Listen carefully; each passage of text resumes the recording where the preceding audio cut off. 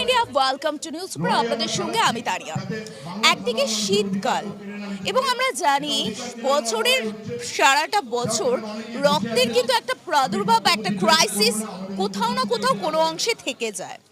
আর সেটিকে ব্যাক পাওয়ার দিয়ে সাহায্য করে রক্তদান শিবিরের মতো কিছু প্রোগ্রাম।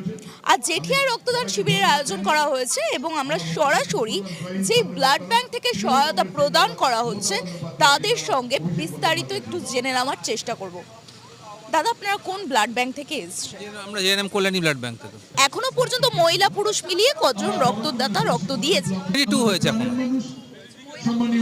হ্যাঁ, আমি doctor Soumyajyoti Bandyopadhyay, additional superintendent, GNM Kalyani medical college.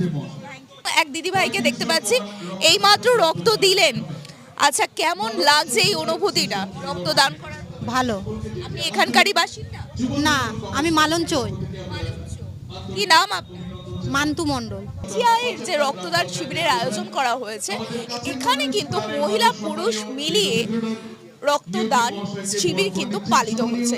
Report news super.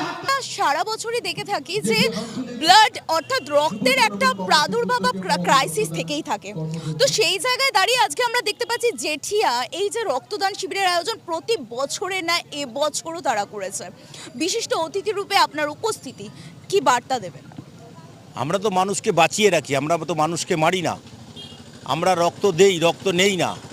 এই জন্যেই আমাদের দলের নির্দেশে সারা পশ্চিমবঙ্গে সব জায়গায় যে যেখানে আছি আমরা রক্তদান উৎসব করে, এটা একটা মহৎ কাজ। এই জন্য এটা করে রাখি। আমরা মানুষকে বাঁচাতে হবে, মানুষকে মারলে হবে না।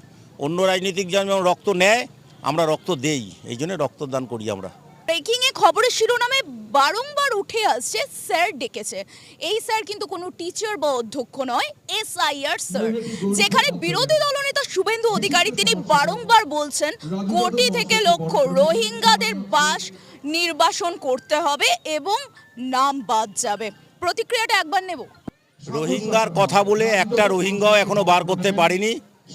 মানুষকে একটা আতঙ্কিত করার চেষ্টা করেছিলেন যে এই রোহিঙ্গা বাদ দিলে বোধহয়, সংখ্যালঘু বাদ দিলে বোধহয় এখানে পশ্চিমবঙ্গে তৃণমূল হেরে যাবে। কিন্তু এইটা বুমেরাং হয়ে গেছে। আজ পর্যন্ত একটা রোহিঙ্গাও খুঁজে পাওয়া যায়নি এবং যেটা হিন্দিভাষী এলাকার মানুষের নাম অনেক বাদ গেছে। এতে তারা ভীত হয়ে গেছে যে বুমেরাং হয়ে গেছে এসআইআর। এখন তারা নতুন করে, যার ফলে এখন বলে ফেলেছে মানুষের কাছে কি বলবে, তাই নতুন করে সাধারণ মানুষ, সাধারণ ভোটারদের নাম তারা এসআইআরে ডাকছে এবং প্রত্যেকটা বুথ থেকে 300-400 করে ডাকছে এবং এটাও বুমেরাং হবে। এবং আমরা যেটা আশা করেছিলাম যে হয়তো 220-25টা আসন পাবো, এসআইআরের পরে আমরা বলছি 250-এর ওপরে আমরা আসন পাবো। তার কারণ যেভাবে মানুষকে এসআইআর নিয়ে মানুষকে হয়রানি করছে, এটা মানুষ ভালোভাবে মেনে নেবে না, এটা ভোটের বাক্সে পড়বে।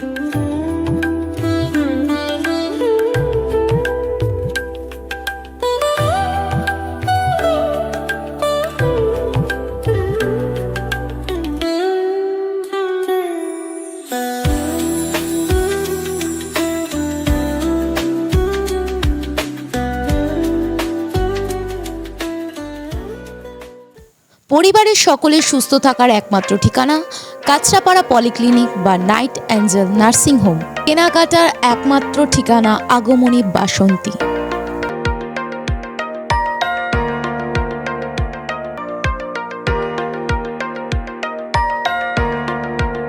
এখানে আমাদের সব থেকে এখানে আশেপাশে দেখছি একটু খাবার একটু অসুবিধা হচ্ছিল। তো আমি দেখলাম কি এখানে একটা ছোট্ট একটা চায়ের দোকান করব। তারপরে চায়ের দোকান থেকে ভাবছি ছোট একটা ধাবা করে দিই। ছোট ধাবা থেকে দেখছি এবার একটু সাজিয়ে দিই। এই আস্তে আস্তে করতে করতে এইভাবে হয়ে যাবে আমি নিজেও ভাবতে পারিনি।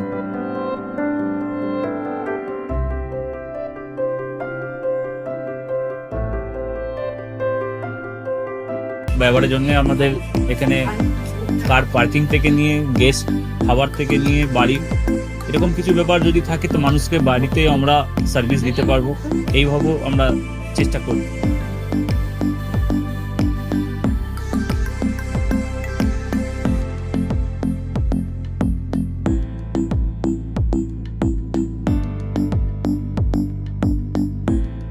একদম সাধারণ, বাইরে থেকে অনেক চিপ বেস্টের মধ্যে খাওয়াটা কোয়ালিটিটা সবসময় পাবেন। একবার আমি মানুষকে একবারই বলবো কি একবার আমাদের কাছে এসে একবার টেস্ট করে যাবেন। দুপুরবেলা থেকে আরম্ভ আমাদের খাওয়া, থালা, বেঙ্গলি থালা, চাইনিজ ফুড সবই আছে, একবার এসে টেস্ট করে যাবেন।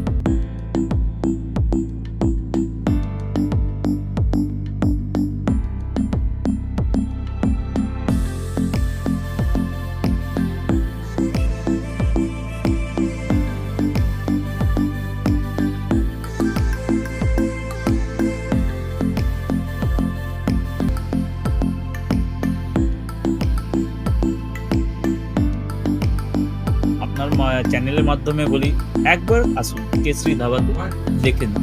আমার নাম রঞ্জন কেশরী।